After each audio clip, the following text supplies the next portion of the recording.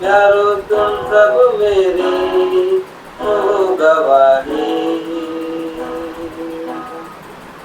यीशु मसीह हमें कहता है, प्यारो तुम सब मेरी हो गवाही।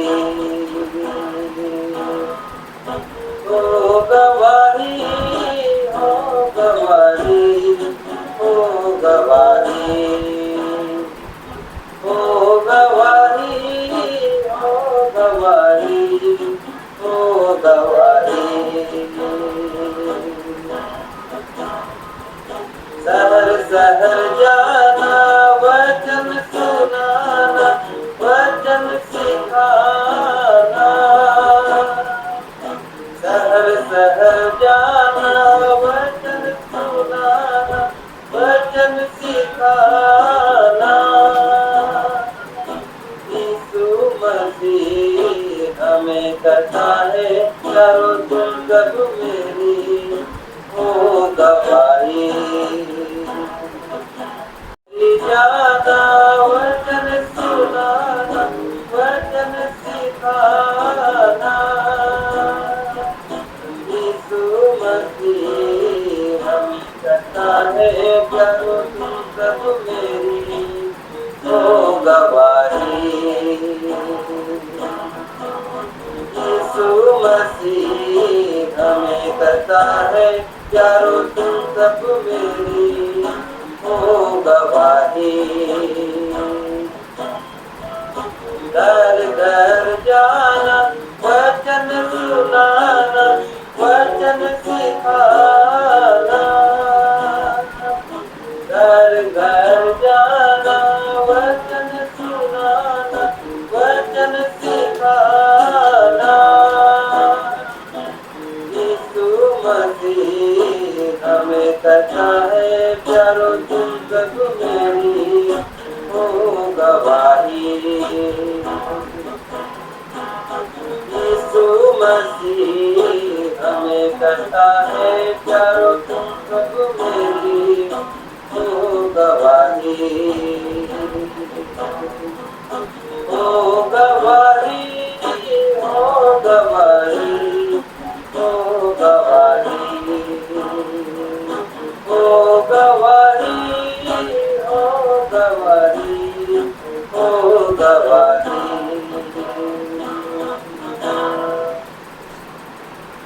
आज हम सबको गवाही बनना है, और जब भी हमें मौका मिलता है, इस प्रकार हम लोग को गीतों में सुना कि शहर शहर जाना और गांव गांव जाना, और उसके वचन को सबको सुनाना और सबको सिखाना है।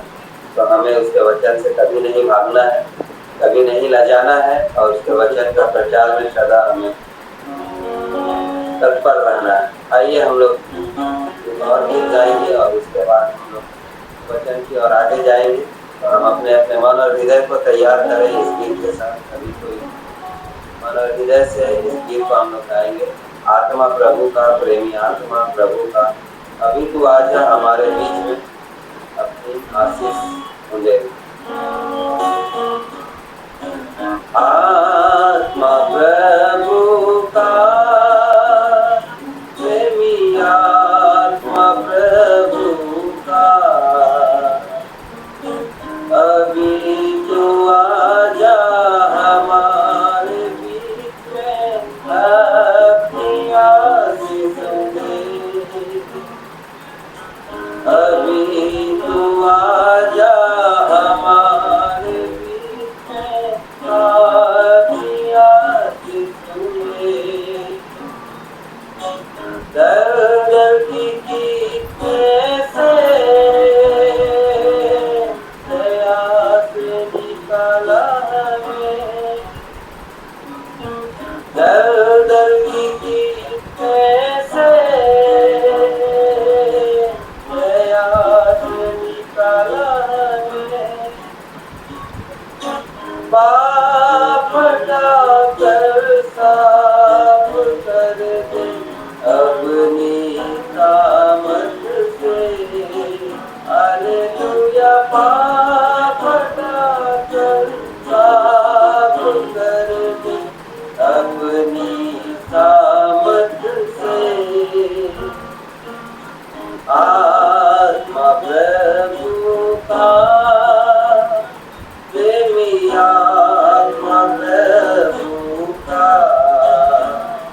अभी तू आजा हमारे बीच में, अपनी आरज़ू सुने।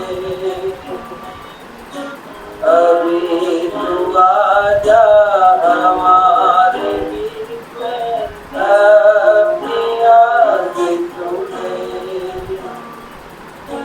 प्रभु के सीने में मैं दिल रख के आना पाऊं।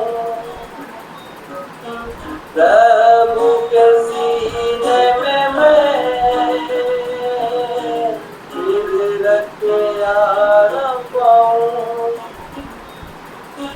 प्यासा हूँ मैं तेरे प्रति, याद ना मुझे।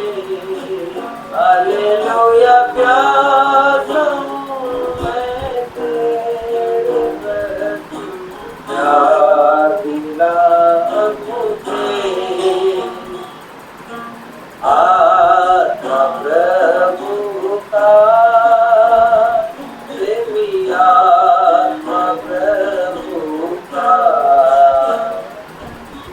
अभी तू आजा हमारे बीच में, अपनी आरज़ू सुने। अभी मुझे आत्मा की वरदान से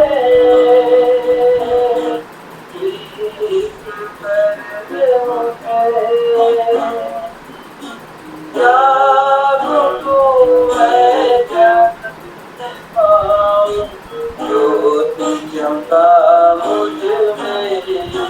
हालेलुया,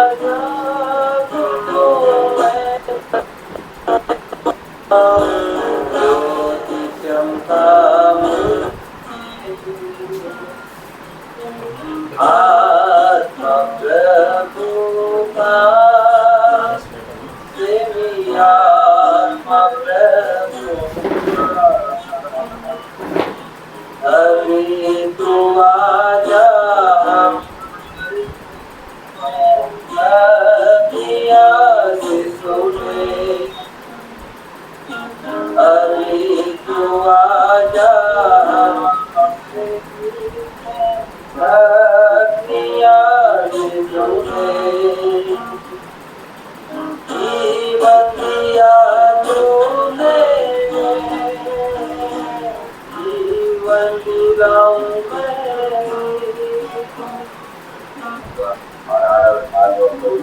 हमारे हर एक के गुनाह और अपराधों को आप ही क्षमा कीजिए।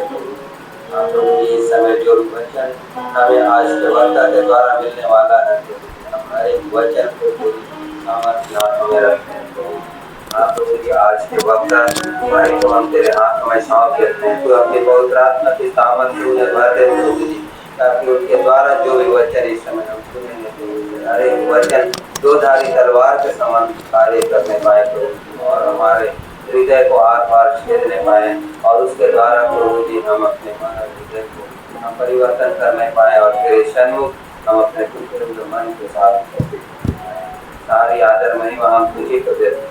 प्रार्थना आपके बेटे यीशु मसीह के नाम से मांगते हैं, दया से सुनिए। और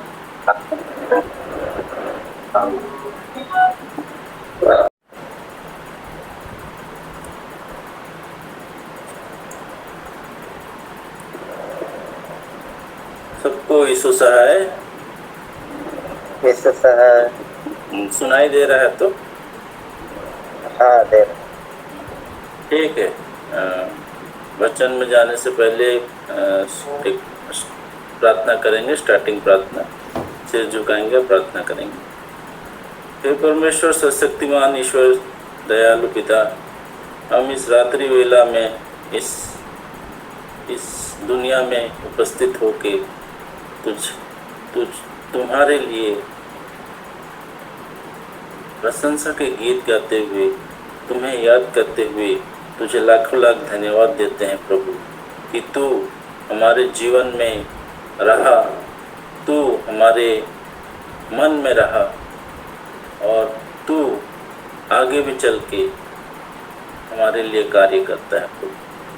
प्रभु हम ये जानते हैं और ये समझते हैं प्रभु कि तू हमसे बातें करता है अपने वचनों के द्वारा से प्रभु तू हमसे अपने इस महान कार्य के लिए जो तूने किया है इस जगत के लिए, तू इस छोटी सी विनती को प्रभु यीशु मसीह के नाम से मांगते हैं, आमीन। जो भी हमें जहाँ से भी मिलता है वो कहाँ से मिलता है? हमें मिलता है इस किताब से, जो ये किताब है, जो ये बाइबल का किताब, जो ये होली बाइबल का किताब है, इससे मिलता है हमें प्रभु का वचन।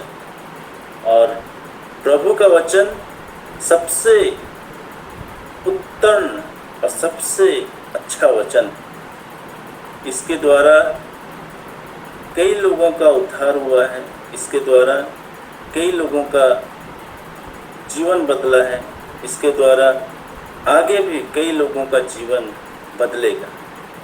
ये एक मसीही आदमी का विश्वास है, एक मसीहों का विश्वास है कि ये किताब सबसे उत्तम किताब है। दुनिया का एक सबसे उत्तम किताबों में से एक किताब, बहुत सारी किताबें हैं दुनिया में, उसमें से सबसे उत्तम किताब, इसे एक रिलीजियस किताब, धार्मिक किताब समझिए, या जीवन का पथ का किताब समझिए, या फिर और कुछ जो भी अच्छी बातें हो सकती हैं, जो अच्छी चीज़ें हो सकती हैं इस जीवन के लिए, वो इस किताब से हमें मिलता है। और इस किताब के द्वारा ही हम अपने ईश्वर को, जो हमारा उद्धार करता है, उसके बारे में जानते हैं और समझते हैं और सीखते हैं। तो इसी इंट्रोडक्शन के साथ मैं स्टार्ट करता हूँ। वचन जो आज के लिए रखा हूँ वो है ड्यूटरनमी या व्यवस्था विवरण का किताब, चैप्टर 8, व्यवस्था विवरण चैप्टर 8 वर्स 7 से 9 तक।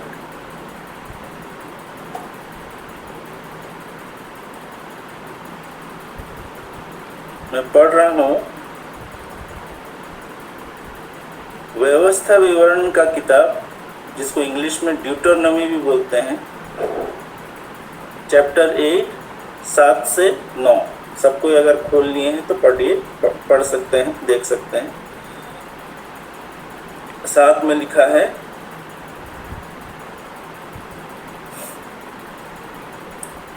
क्योंकि तेरा परमेश्वर यहोवा तुझे एक उत्तम देश में लिए जा रहा है, जो जल की नदियों का और तराइयों और कपड़ों से निकले हुए गहरे गहरे सोतों का देश है। फिर वह गेहूं जो दाखलताओं, अंजीरों और अनारों का देश है, और तेल वाले जैतून और मधु का भी देश है। उस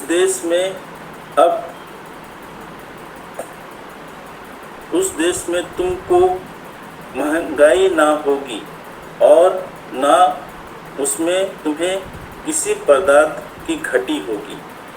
वही वहाँ का पत्थर लोहा का है, और वहाँ के पहाड़ों में से जो तू तांबा खोदकर निकाल सकेगा। यहाँ तक। तो चैप्टर 8 वर्स 7 से 9 के बीच में, ये पूरा चैप्टर में जो व्यवस्था विवरण का चैप्टर है, इस पूरे चैप्टर में ईश्वर ने उन्हें कैसे, उस जगह कैसा है, ये जगह के बारे में बोला गया है। ये चैप्टर 8 7 और 9 में इस जगह के बारे में।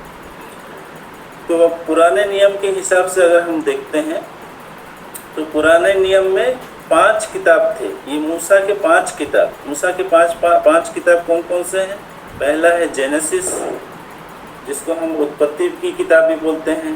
दूसरा है एक्सोडस, जिसे हम निर्गमन भी कहते हैं। तीसरा है लेविटिकस, जिसे लॉ व्यवस्था भी किताब कहते हैं। चौथा है नंबर्स, जिसे गिनती कहते हैं। और सबसे आखिरी किताब जो मूसा ने दिया था, जो लिखा था, वो है व्यवस्था विवरण। तो इन 5 किताबों को मिलकर जो किताब बनता है उसे वो कहलाता है तोरा। तोरा जो यहूदी लोग आज भी पढ़ते हैं और इसे अपना पवित्र शास्त्र मानते हैं और इसे अपना पवित्र किताब मानते हैं, जो मूसा द्वारा दिया गया था। तो हम देखते हैं कि उस समय जो लोग थे, जो चुने हुए लोग थे, उन्हें एक किताब मिला, उन्हें एक प्रॉमिस्ड लैंड मिला। और उस प्रॉमिस्ड लैंड के बारे में क्या बोला जा रहा है कि वो कितना अच्छा है, वो कितना कितना उत्तम देश, कितना अच्छा है। साथ में हम कैसे क्या पढ़ते हैं? क्योंकि तेरा परमेश्वर यहोवा तुझे एक उत्तम देश में लिए जा रहा है। तो यहाँ पुराना नियम का उत्तम देश और नया नियम का उत्तम देश और उत्तम किताब के बारे में एक कंपैरिजन कर रहे हैं। और नया नियम के हिसाब से, नया युग के हिसाब से सबसे उत्तम किताब क्या है? वो है हमारा बाइबल। पुराने नियम में सिर्फ 5 किताब थे, सिर्फ पाँच किताब हैं जो कि तोरा के हिसाब से वो पढ़ते हैं। और नए नियम में, नए ज़माने में हमारे लिए जो किताब रखा गया है वो सबसे उत्तम किताब है। क्या है वो किताब? वो है बाइबल, जो हमारा पथ प्रदर्शक रहा है और जो हमारे उद्धार के लिए वो किताब बना गया है और हमारे अच्छाई के लिए वो किताब बनाया गया।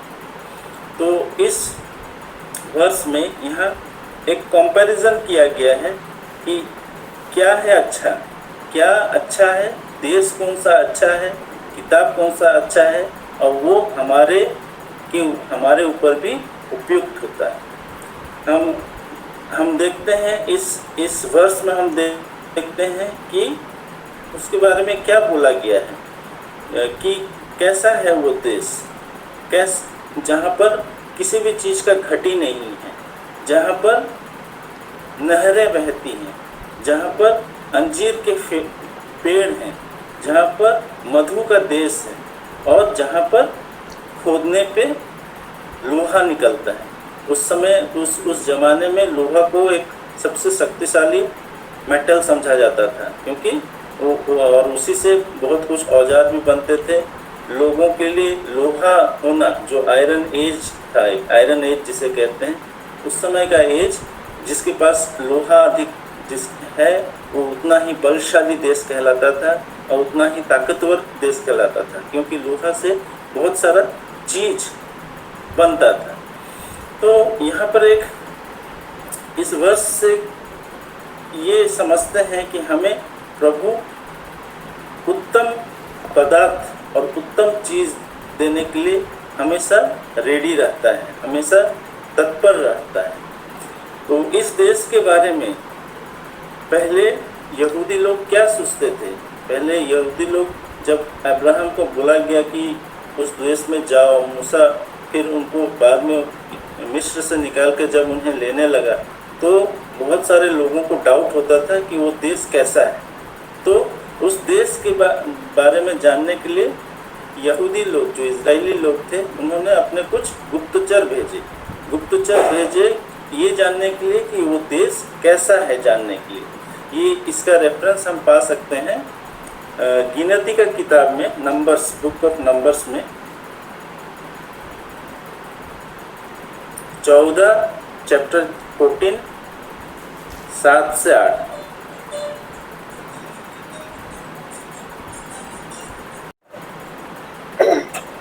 Book of numbers chapter 14 verse 7 क्या है? इसराइलियों की सारी मंडली से कहने लगे, जिस देश का भेद लेने को हम इधर उधर घूम कर आए हैं वह अत्यंत उत्तम देश है।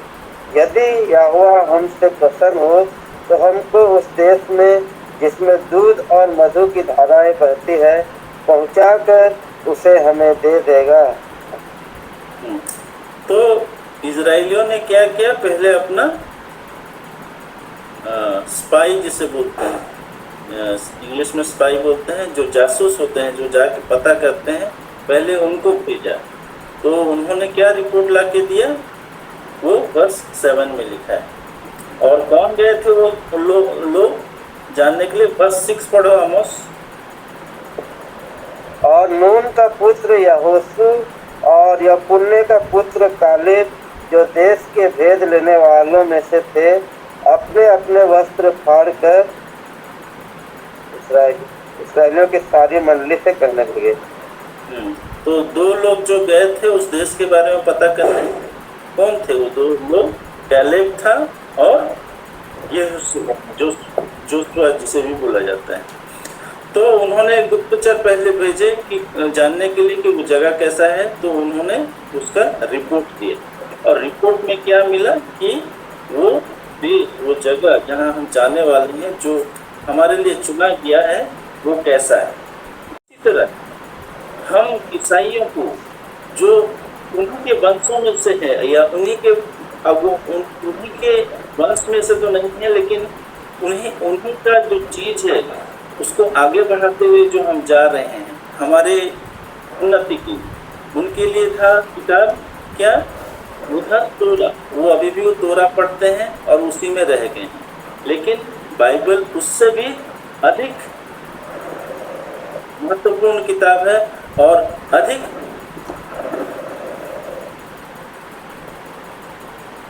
जीवित किताब। ये हम देख सकते हैं, जैसे कि इसमें बोलता है व्यवस्था विवरण, फिर से जाएंगे व्यवस्था विवरण के वर्ष में देखेंगे 8 चैप्टर 8 का 7 से 9 में। क्योंकि तेरा परमेश्वर यहोवा तुझे एक उत्तम देश में लिए जा, जो जल की नदियों का और तराइयों और पहाड़ियों से निकले हुए गहरे गहरे स्रोतों का देश है। तो स्रोत क्या है? जहाँ से पानी निकलता है, और वो स्रोत का पानी कैसा होता है? हर समय फ्रेश होता है, हर समय अच्छा होता है। बहुत सारे आप लोगों ने बहुत सारे जगह देखा होंगे जहाँ का पानी गंदा होता है, जमा हुआ होता है, उसमें कोई हलचल नहीं होता है, उसमें आपको लगेगा जैसे कोई जीवन नहीं, ठहरा हुआ पानी। लेकिन एक नदी का बहता हुआ पानी, एक स्रोत का बहता हुआ पानी कैसा फ्रेश दिखता है, पीने में भी अच्छा लगता है और दिखने में भी अच्छा लगता है। उसी तरह हमारा जो ये किताब है, हमारे लिए जो ये किताब दिया गया है, वो भी इसी तरह का ही चीज है जो हमें दिया गया है हमें पढ़ने के लिए, ताकि हमारी उन्नति हो और कल्याण। और ये किताब हमें ऐसे चीज़ों से अवगत करता है, हमारे ऐसी चीज़ों से बताता है जिससे कि हम बहुत बार बाइबल पढ़ते हैं, लेकिन बहुत सारा चीज़ हमें समझ में नहीं है। जितनी बार उसको पढ़ते हैं हमें बहुत समय में बहुत नई नई चीज़ें बातें पता चलती, जैसे कि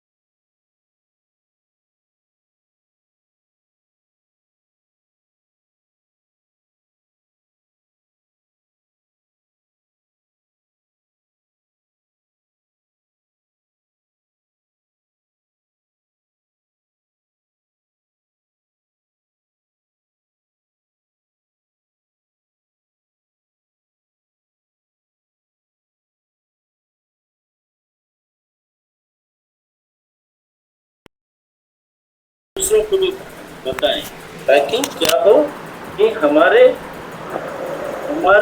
से भी ईश्वर, हमारे थ्रू ईश्वर लोगों से बातें करे और जो ईश्वर का वचन है दूसरों तक पहुंचे, और ईश्वर का जो काम है हमसे दूसरों के द्वारा प्रकट हो सके, दूसरे उसके गवाही बने, हम अपने काम के लिए गवाही बने, और हमारे काम देखकर दूसरे भी इस सच्चाई को जो 2000 साल पहले हमारे लिए कर दिया गया है, मनुष्य जाति के लिए कर दिया गया है, उसके लिए हम कर सकते हैं, उसके लिए हम गवाही बन सकते हैं। लेकिन बाइबल स्टडी जो होता है, बाइबल जो पढ़ते हैं, बहुत लोग बाइबल इसलिए पढ़ते हैं क्योंकि वो सोचते हैं कि ईश्वर को याद करने से, ईश्वर को मनन करने से, बाइबल पढ़ने से हमारा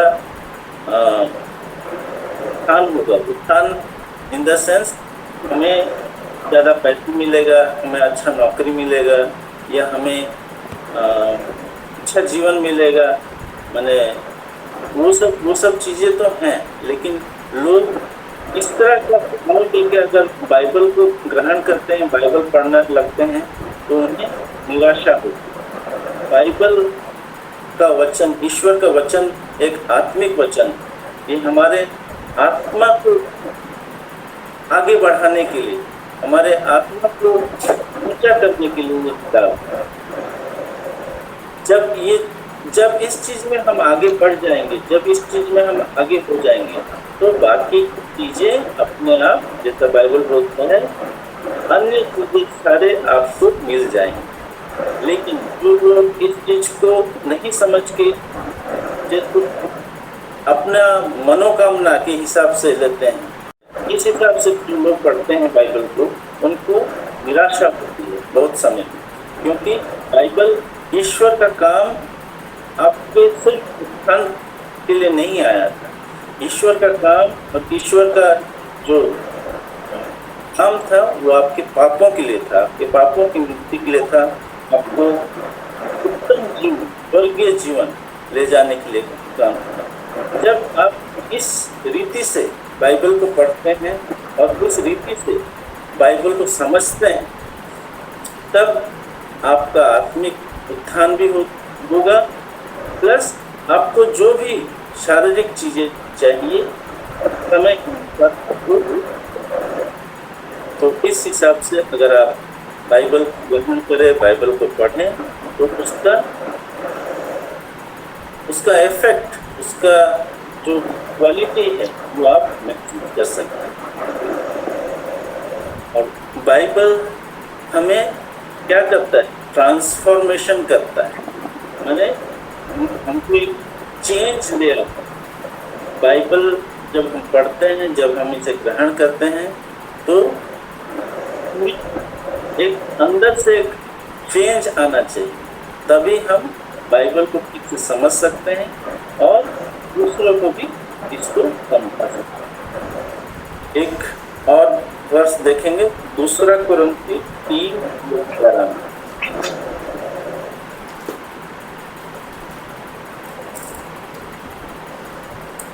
2 कुरिन्थी 3:18। परंतु जब हम सबके उघाड़े चेहरे से प्रभु का प्रताप इस प्रकार प्रकट होता है, जिस प्रकार दर्पण में, तो प्रभु के द्वारा जो आत्मा है, हम उसी तेजस्वी रूप में अंश अंश करके बदलते जाते हैं। तो क्या होता है? हम बदलते जाते हैं। 3:18, हम क्या होते हैं? हम बदलते जाते हैं। परंतु जब हम सबके उथड़े चेहरे से प्रभु का प्राप इस प्रकार प्रकट होता है, जिस प्रकार दर्पण में जो प्रभु के द्वारा जो आत्मा है, हम उसी तेजस्वी रूप में से अंश अंश करके बदलते जाते हैं। तो जो ट्रांसफॉर्मेशन मैं बोल रहा था वो चीज होता है जब हम ईश्वर को इस तरह से या बाइबल को इस तरह से ग्रहण करते हैं। उसका पहला वर्ष तो थोड़ा ऑलमोस्ट पढ़ो 15 से 16, 15, 16, 17, 15, 16 भी पढ़ो, 3 का 15, 16।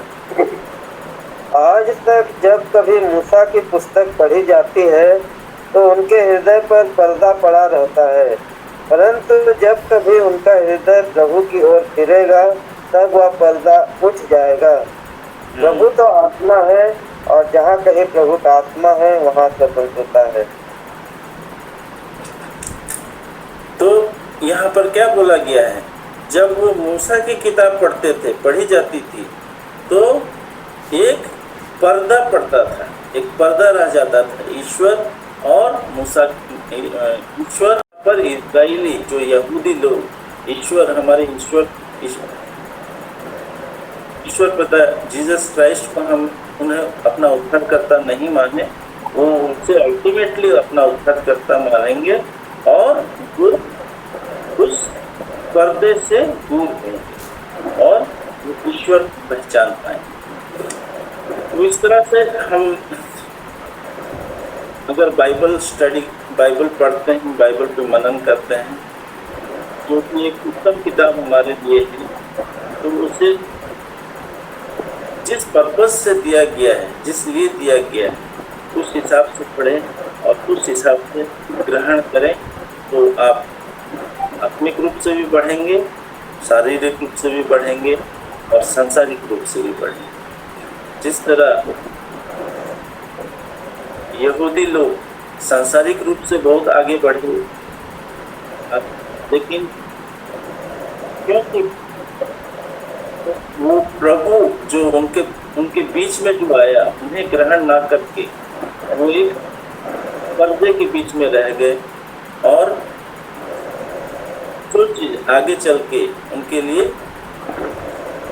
ये रहेगा, प्रकाशन है कि वो आगे चल के उस चीज को अल्टीमेटली ग्रहण करेंगे जो हम बाइबल पढ़ने वाले या ईसाई उस चीज को ग्रहण कर चुके हैं कि प्रभु ही हमारा पिता है, प्रभु ही हमारा मार्गदर्शक है और इसके बारे में बताने के लिए ये किताब सबसे उत्तम किताब है बाइबल।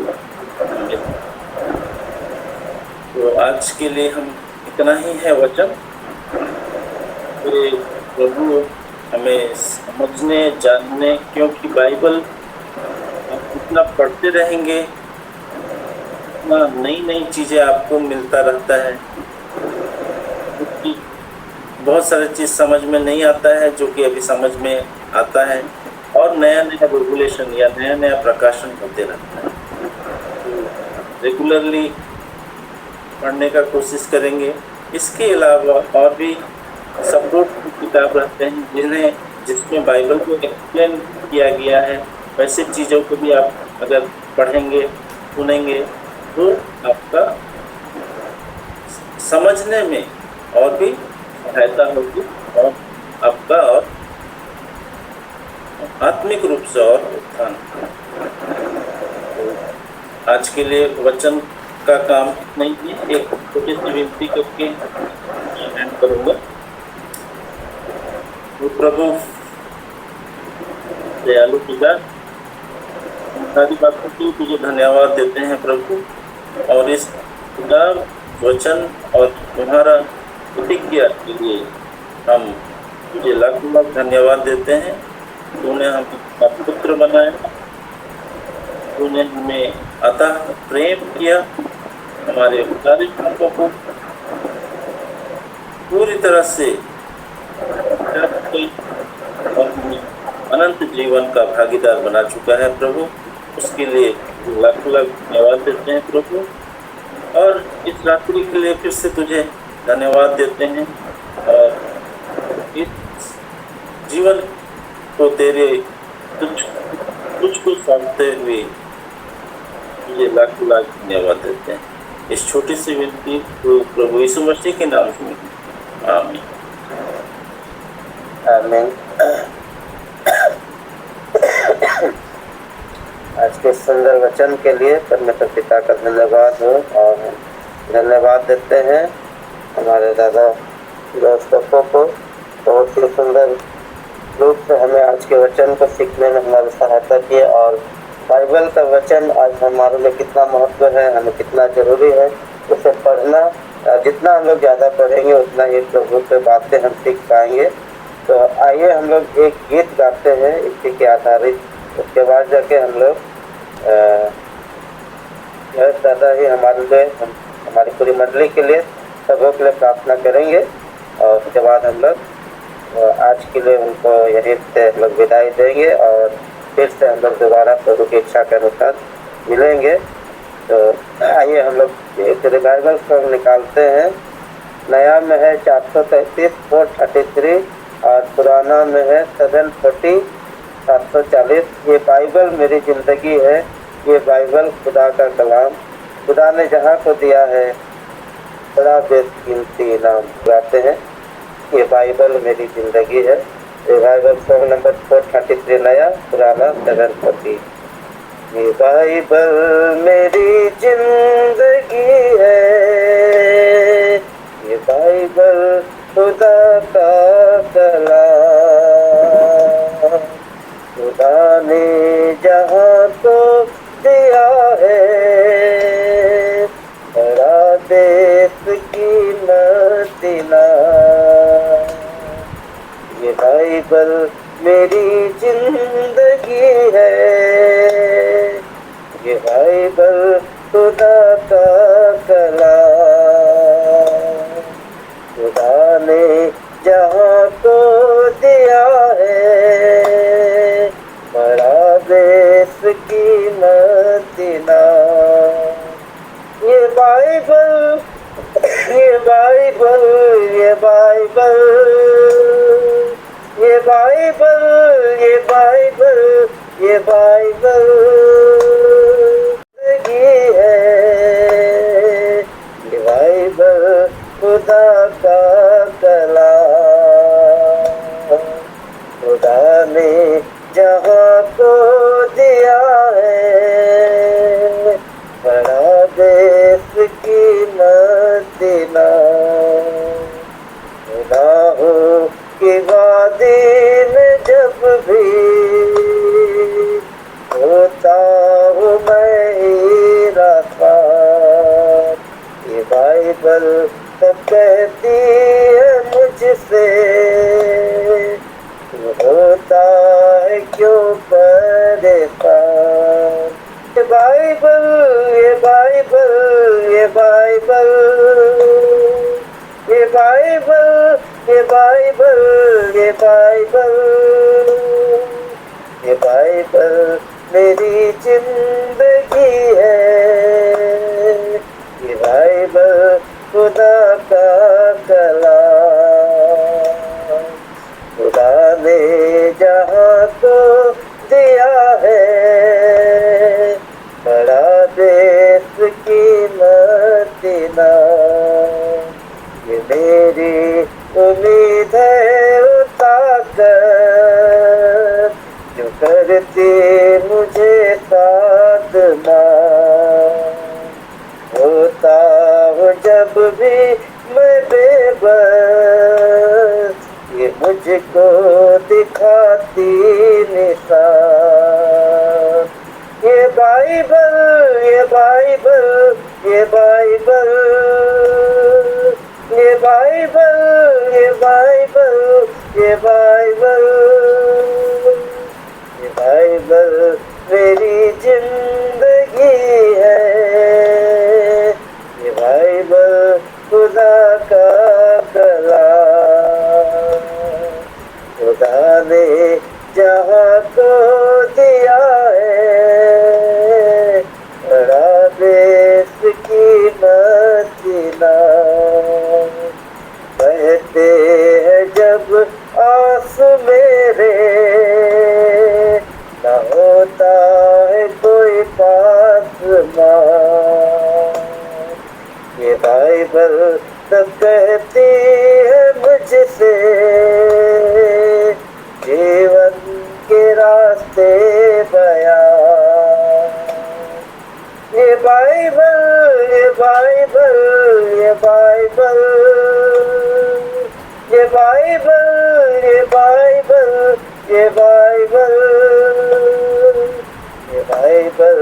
मेरी जिंदगी है। ये बाइबल खुदा का कलाम, खुदा ने जहाँ को दिया है, बड़ा बेशकीमती नाम। ये बाइबल मेरी जिंदगी है। ये बाइबल खुदा का कलाम, खुदा ने जहाँ को दिया है, बड़ा बेशकीमती नाम। सच में आज हमारे पास कुछ हो या ना हो, यदि अगर इस बाइबल जो कि दुनिया का सारा खजाना इसी में छिपा हुआ है, इसको अगर हम लोग अपने जीवन में ले लेते हैं तो सारी बातें, परमेश्वर की सारी राज्य की बातें हमारे जीवन में पूरी होती है। और आज की शिक्षा के द्वारा हम इस बाइबल का महत्व को और भी समझें। और आज हम लोग उस यहूदी जाति से भी बढ़ के परमेश्वर ने हमें आशीष दिए हैं, क्योंकि आज हम लोग उसके नाम को जान पाए हैं। आइए हम लोग आगे हमारे आज के मुख्य वक्ता हमारे दादा डॉक्टर जयेश दत्त के द्वारा। तो प्रभुओं का प्रभु है, तो मुक्तिदाता है प्रभु। हर एक चीजों से तो अवगत है, हर एक बातों से तो जानता है प्रभु। तू हमें देता है प्रभु, तो हमें देता आया है प्रभु। तू हमें संभालता है, तो हमें भेजता है प्रभु। तू अपने बंदों को, तो अपने लोगों को हर समय हरी घास और अच्छी वस्तु देने की कोशिश करता है प्रभु। तू हमारे लिए एक अच्छा सोच रखता है, तो हमारे लिए एक दयावान, एक दयारूपी व्यक्ति है प्रभु। इस बात से हम अति प्रसन्नचित होते हैं प्रभु। इस बात से हम इस बात को जानकर जो हमारे हृदय में हमें अति खुशी मिलती है प्रभु। तो अपने समय के हिसाब से कार्य करता है प्रभु। मनुष्य चाहे कितना भी विचलित हो, कितना भी चिंता करे, चीजें तेरी ही द्वारा होती हैं और तेरे ही अनुसार होती है प्रभु। प्रभु हमें धैर्य दे, हमें सहन शक्ति दे कि हम तेरे बताए हुए मार्ग और तेरी इच्छा के हिसाब से, तेरी इच्छा के अनुसार से अपने मन और हृदय को ढाल सके प्रभु। प्रभु हम अपने मंडली के सारे मेंबर के लिए प्रार्थना करते हैं प्रभु कि तू अपना करुणामय निगाह उनके ऊपर रख और उनको आत्मिक, शारीरिक और सांसारिक उपलब्ध के साथ आगे आगे ले चले, ताकि वो तुम्हारे प्रशंसा के गीत हमेशा गाते रहें। उनके मन और हृदय में हर समय तुम्हारे लिए खुशी और एक दया का पात्र का हृदय।